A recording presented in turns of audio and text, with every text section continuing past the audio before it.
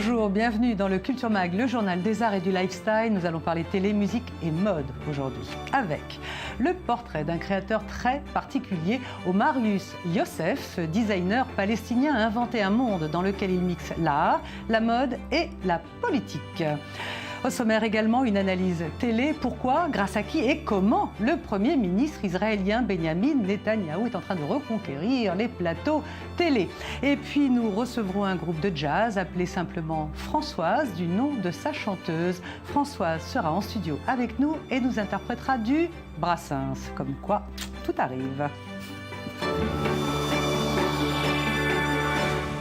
Voilà pour le sommaire. Merci d'être avec nous sur i24 News. Il va y arriver, il y arrivera. C'est son rêve de mixité. Zubin Mehta a peut-être trouvé son premier violon israélien arabe. Le directeur du célèbre Philharmonique d'Israël a toujours voulu engager des artistes de toutes origines. Il vient donc de découvrir une jeune violoniste de 18 ans. Elle s'appelle Yamen Saadi, elle est originaire de Nazareth, c'est une virtuose. Elle a fait ses classes en Israël auprès de son maître, Nabil Ahaboud, et ça s'est passé au conservatoire qui porte un joli nom, le conservatoire Barenboim Saïd de Nazareth. À Ramallah, nous partons maintenant découvrir un designer qui mixe la mode et l'art. Il s'appelle Omarius Youssef. Il a un univers très particulier. C'est un mélange entre les Romains et les Palestiniens. C'est un univers créatif qui fait aussi office de manifeste politique. C'est son portrait maintenant et il est signé David Gomba. Créer un uniforme de cérémonie imaginaire pour un pays imaginaire. Voilà la démarche artistique pour le moins originale d'un jeune artiste palestinien, Omarius Youssef Fidlouz Dinaé. Une démarche artistique, oui, mais non dénuée de fond politique. Ce costume peut devenir un vrai costume. On pourrait y arriver, mais en même temps, ce n'est pas réel. Donc les gens peuvent croire en quelque chose qui n'est pas réel et qui reste irréel, même s'ils y croient. C'est exactement comme avec notre discours en Palestine. S'il s'agit d'une critique du discours politique actuel, cet artiste s'est surtout impliqué dans le design des costumes. Ancien élève de la London College of Fashion, il s'est inspiré de vêtements traditionnels palestiniens pour créer ces costumes un peu particuliers. Il a aussi collaboré avec d'autres artistes palestiniens et libanais, notamment un cordonnier de Ramallah et un brodeur de Beyrouth. Un autre artiste palestinien de renom, Khaled Khourani, ressent lui un élément de ridicule dans le travail d'Omarius Youssef. C'est comme s'il se moquait de tous ces symboles qui font partie de la vie des nations partout ailleurs dans le monde. C'est une reconstruction des symboles, des coutumes et de l'imaginaire collectif. Et je pense que vous avez besoin de temps pour pouvoir l'analyser avec un œil critique. En plus de ces costumes, cette exposition présente une série de photos imitant des portraits officiels. Si la majorité verra dans cette exposition une signification politique, tout dépend bien entendu de la façon dont l'œuvre est perçue. Certaines personnes l'appréhenderont comme de l'art, les couleurs, les œuvres en tant qu'art. Mais puisque nous sommes en Palestine, il est possible pour les gens de prêter attention au sens politique. Donc il y a différents niveaux de perception. À Ramallah aussi, l'art peut servir de critique envers la société. Une société qu'Omarius Youssef veut continuer de décortiquer. C'est dans cette perspective qu'il débutera à la rentrée prochaine un master d'anthropologie politique à Londres. Analyser pour mieux critiquer, telle semble être sa devise. Direction les États-Unis maintenant avec l'annonce de la mort de Frankie Knuckles. Pour les initiés, cet ex-DJ était originaire du Bronx et il était considéré comme le parrain de la house. La house, c'est un peu ce qu'on va entendre maintenant. C'est un style de musique très particulier. Frankie Knuckles a participé dans les années 80 à l'émergence de ce style musical. Et le mot house, d'ailleurs, vient du nom de son club, le Warehouse, qu'il avait ouvert à Chicago en 1977. Frankie Knuckles est donc mort, c'est le parrain de la house et il avait 59 ans. Direction Israël, maintenant avec vous, Benjamin Tovias. En l'espace d'un an, le Premier ministre Benjamin Netanyahou a fait 2 apparitions à la télévision, dans des émissions comiques évidemment. Aux États-Unis, c'est quelque chose de très fréquent. En Israël, c'était plutôt rare. Il est apparu où, pourquoi et comment, le Premier ministre? Alors voilà, la semaine dernière, on a vu Netanyahou dans un programme qui s'appelle Matzav Haouma, la situation de la nation, un programme satirique, mais aussi avec beaucoup d'improvisation. Et il y a un an, voilà, oui, on le voit ici, avec 4 comiques en fait. Ils font des blagues et ils tirent sur lui des blagues. Lui, il tire aussi des blagues. C'était cette semaine beaucoup mieux, disons, cette apparence-là, que l'apparence qu'il avait l'année dernière au programme satirique encore plus populaire, Eretz Nehederet, Le Pays Magnifique, qui est encore un programme beaucoup plus connu.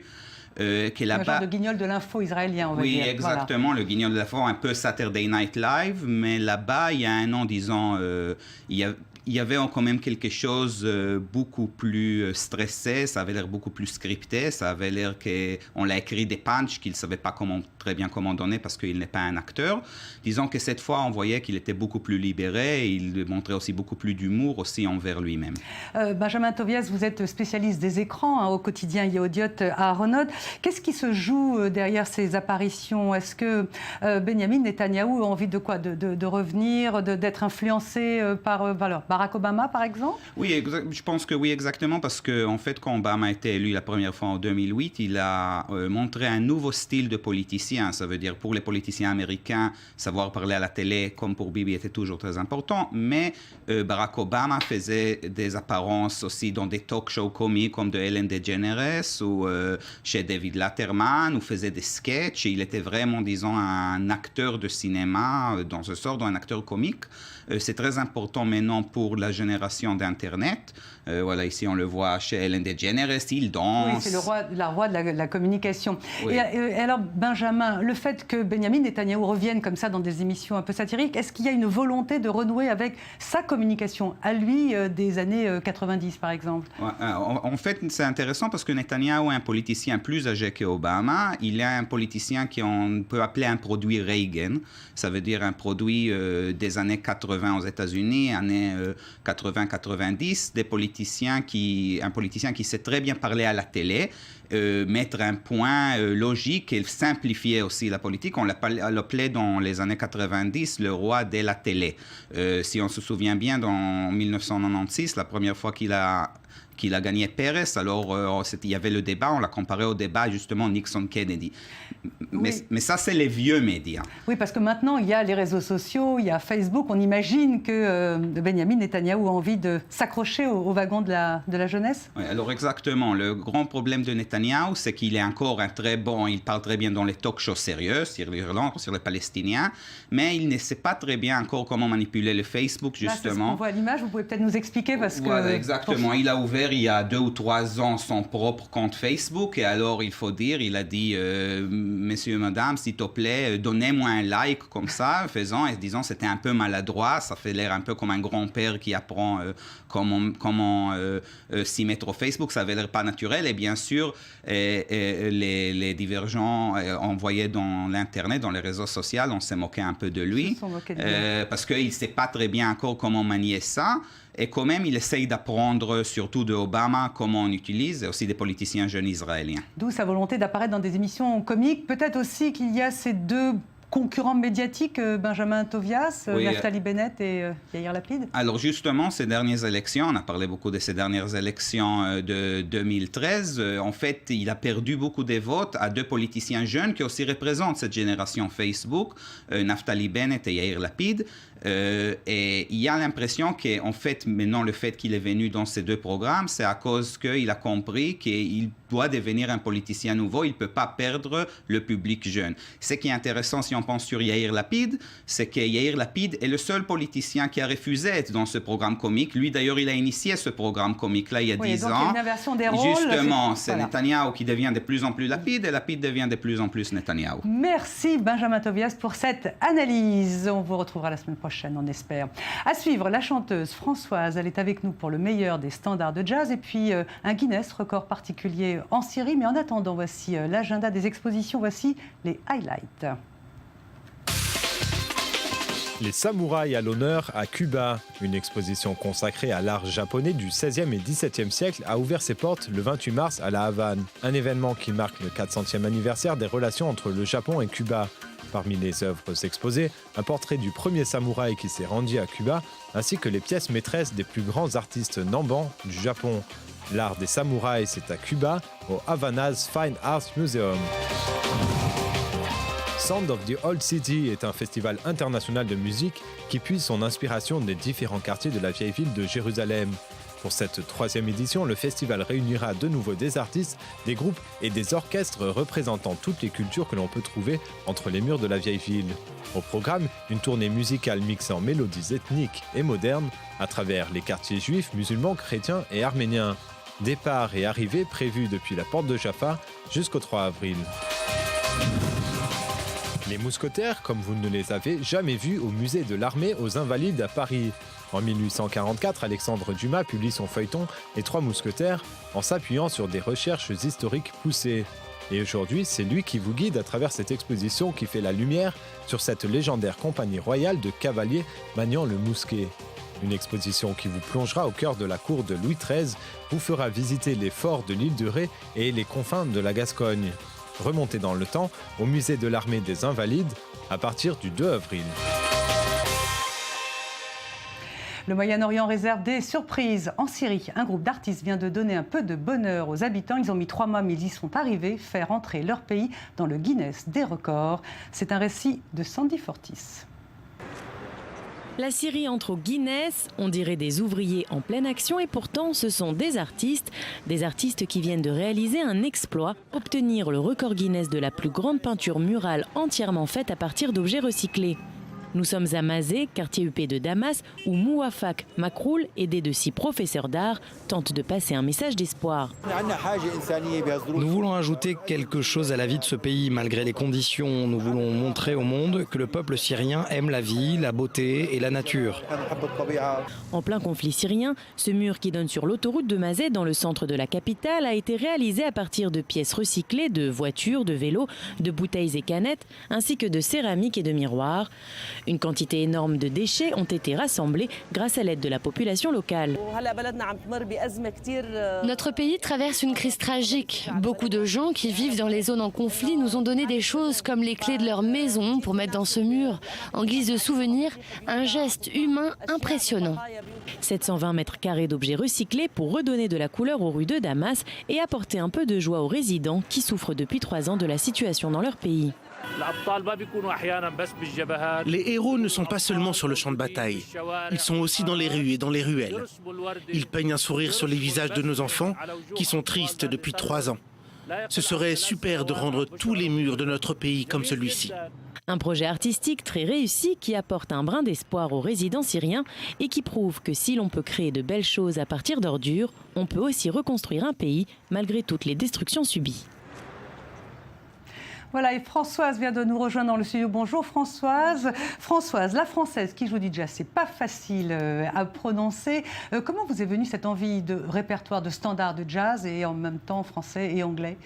C'est un petit peu un mélange de ce que je suis, puisque j'ai grandi, j'ai vécu en France, j'ai fait mes études aux États-Unis. Et donc, c'est un mélange des 2 cultures desquelles je suis imprégnée. Je veux juste préciser que en français, je ne chante pas vraiment du jazz, mais j'ai repris des classiques de la chanson française sur lesquels, avec mon orchestre, on a fait des interprétations, enfin des arrangements musicaux de style jazzy.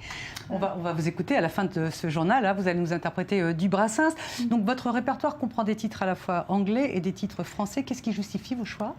J'ai été principalement vers des morceaux qui me plaisaient, qui me parlaient, je pense qu'ils faisaient aussi ressortir un peu ce qui est en moi, la joie, des sentiments, pas forcément que de la joie, il y a aussi d'autres sentiments, mais beaucoup de cœur. Voilà, tout à fait. Vous allez tourner bientôt à Tel Aviv et puis ensuite à Jérusalem. Votre public est composé d'Israéliens, de francophones, d'Israéliens francophones. Qu'est-ce qu'ils voient chez vous, la française Oui, ils voient principalement chez moi la française. Ce sont des francophiles très souvent qui aiment le français, qui aiment la culture française, qui aiment ce que j'essaie de faire passer un petit peu, la poésie, le côté un peu romantique de la vie. Voilà, des valeurs que je crois que les Français amènent un petit peu en Israël. Et puis les Français aiment réentendre des chansons qu'ils connaissent sous de nouveaux revêtements musicaux tels qu'on les a fait. Parce que vous faites des arrangements. Voilà. Tout à fait. Alors, on va vous écouter.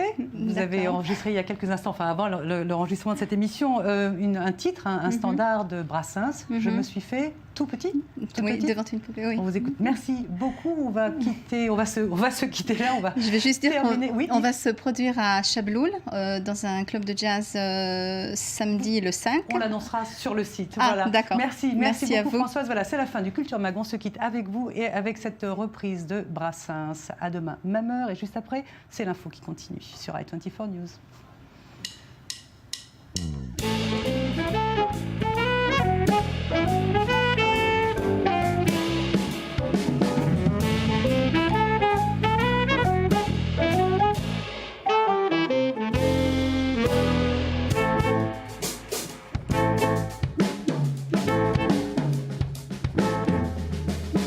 Je n'avais jamais ôté mon chapeau devant personne. Maintenant je rampe et je fais le beau quand elle me sonne. J'étais chien méchant, elle me fait manger